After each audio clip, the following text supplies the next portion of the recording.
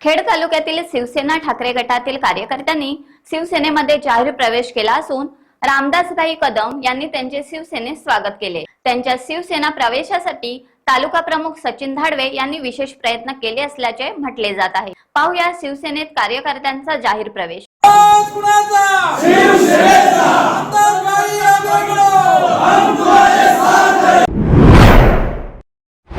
महाराष्ट्र गोवा राज्याचा संयुक्त प्रकल्प असलेला दोडामार्ग तालुक्यातील तिलारी पाटबंधारे प्रकल्पाचे पाटबंधारे विभाग यांनी संपादित जमिनीत अनधिकृत बांधकाम क्रशर उभारले आहेत। याला संबंधित अधिकारी जबाबदार असल्याचे म्हणणे मांडत कोनाळकट्टा येथे पाटबंधारे विभागाच्या विरोधात 3 दिवसांसाठी उपोषण सुरू केले आहे। तिलारी मुख्य नदी प्रवाह बंद झाला असून तेरवण मेढे नदी प्रवाह बदलून जमीन वाहून जात आहे। या ठिकाणी संरक्षण भिंत बांधण्याची मागणी करण्यात आली आहे।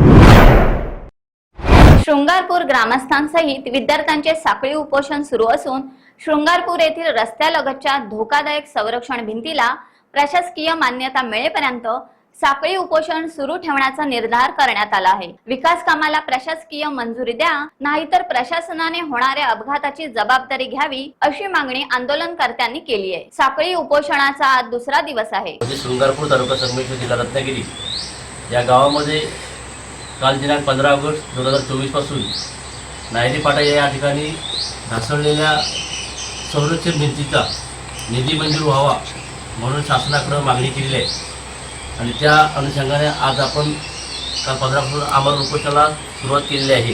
टाइम्स डिजिटलला लाईक करा, शेअर करा, सबस्क्राइब करा आणि बेल आयकॉन दाबायला विसरू नका। टाइम्स